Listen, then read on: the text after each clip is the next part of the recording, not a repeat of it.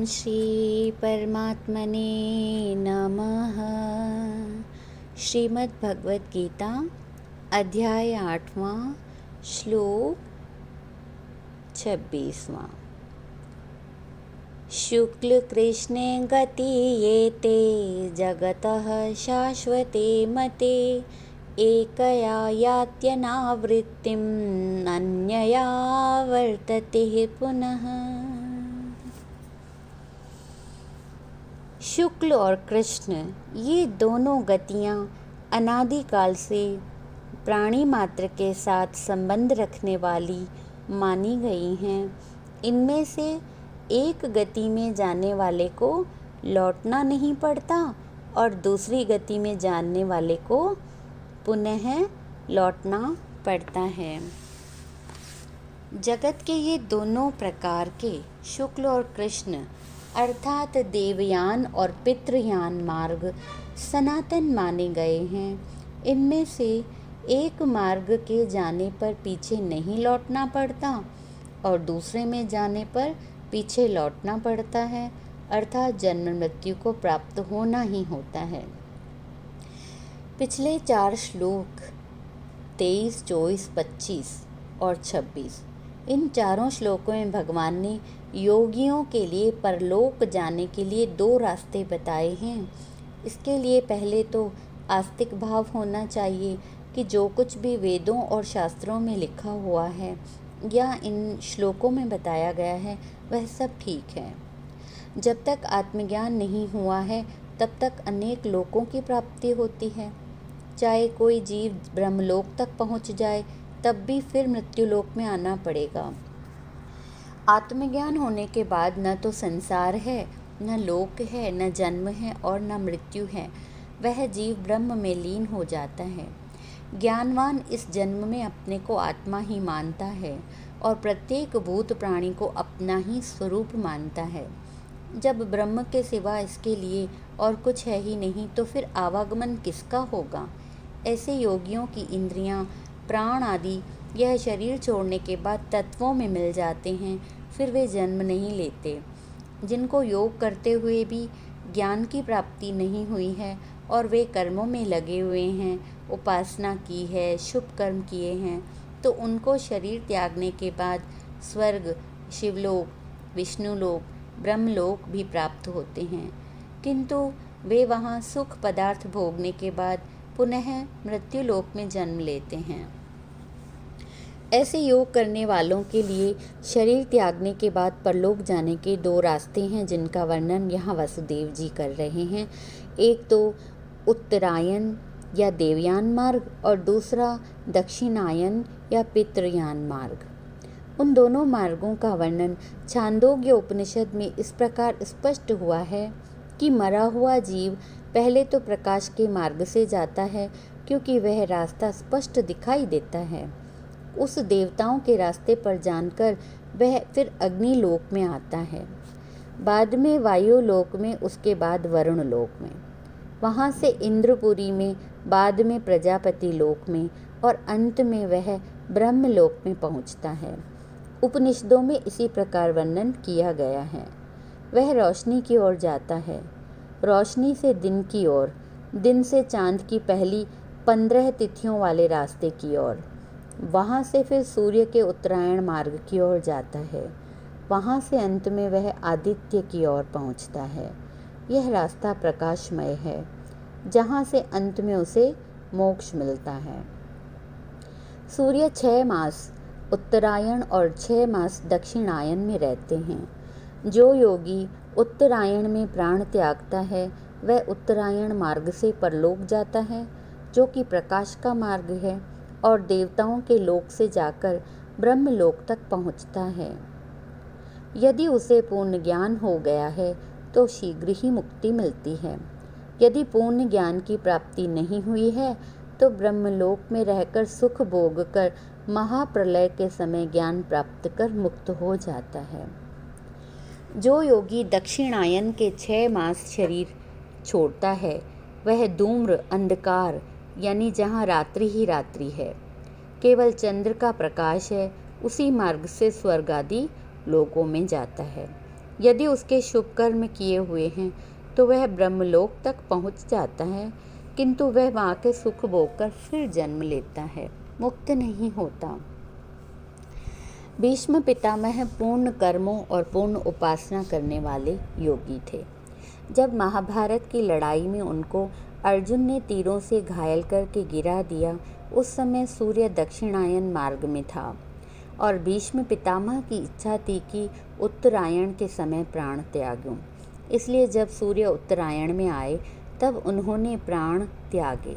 शरीर का उत्तरायण अथवा दक्षिणायन में छूटना न अपने वश की बात है और न अपने भाग्य की। वह तो कर्मों और प्रारब्ध के अनुसार होता है। दान, पुण्य, तपस्या, उपासना और उसके साथ योग भी सम्मिलित होगा तो उत्तरायण पक्ष में शरीर छूटेगा, किंतु यदि सिर्फ शुभ कर्म और उपासना की है, योग नहीं किया, तो दक्षिणायन में शरीर छूटता है। दूसरों को कर्मों के अनुसार नरक और दूसरी योनियां मिलती हैं। भगवान के इस वर्णन से यह सिद्ध होता है कि भिन्न भिन्न प्रकार के स्वर्ग और नरक और अन्य लोक जिसका वर्णन शास्त्रों में किया गया है, उन पर विश्वास न करना मूर्खता है।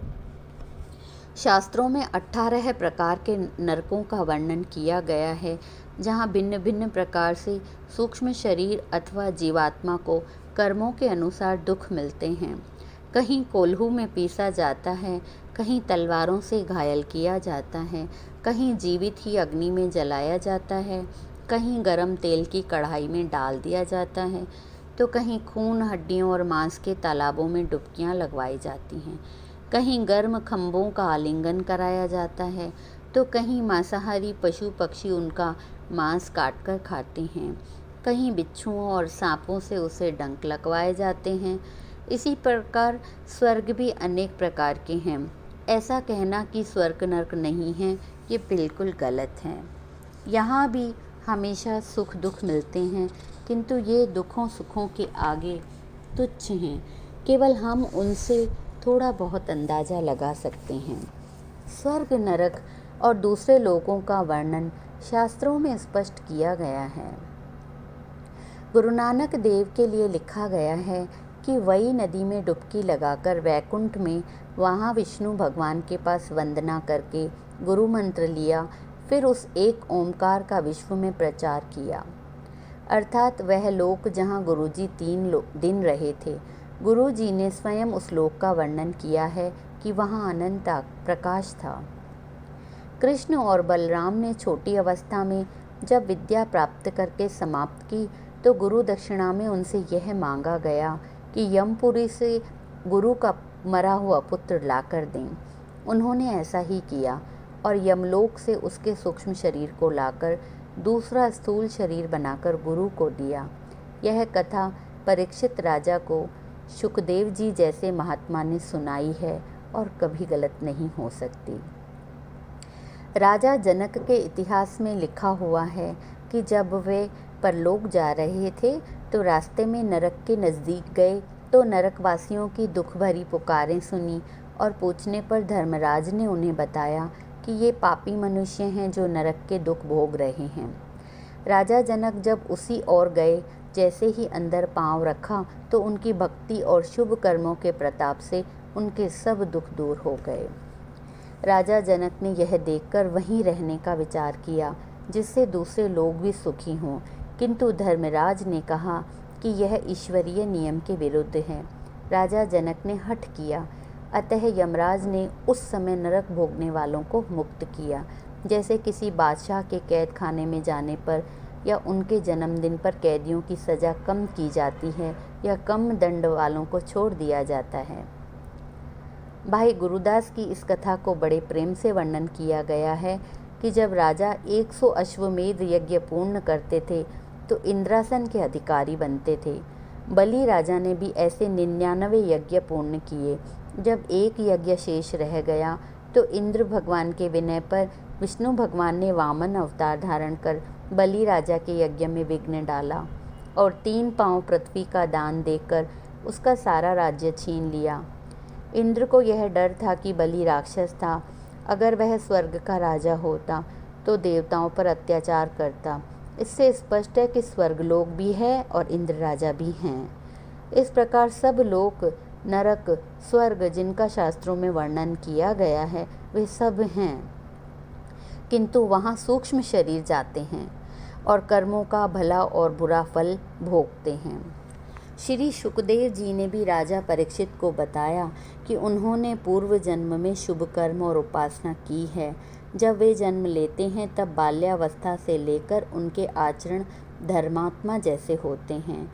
वे प्रत्येक समय भगवत संबंधी कर्म करते हैं, परमात्मा से अति प्रेम रखते हैं, संतों महात्माओं से भी उनका प्रेम रहता है और धर्म के आदर्शों को पसंद करते हैं और सत्संग से उनका विशेष प्रेम होता है और इस जन्म में वे आगे बढ़ते हैं।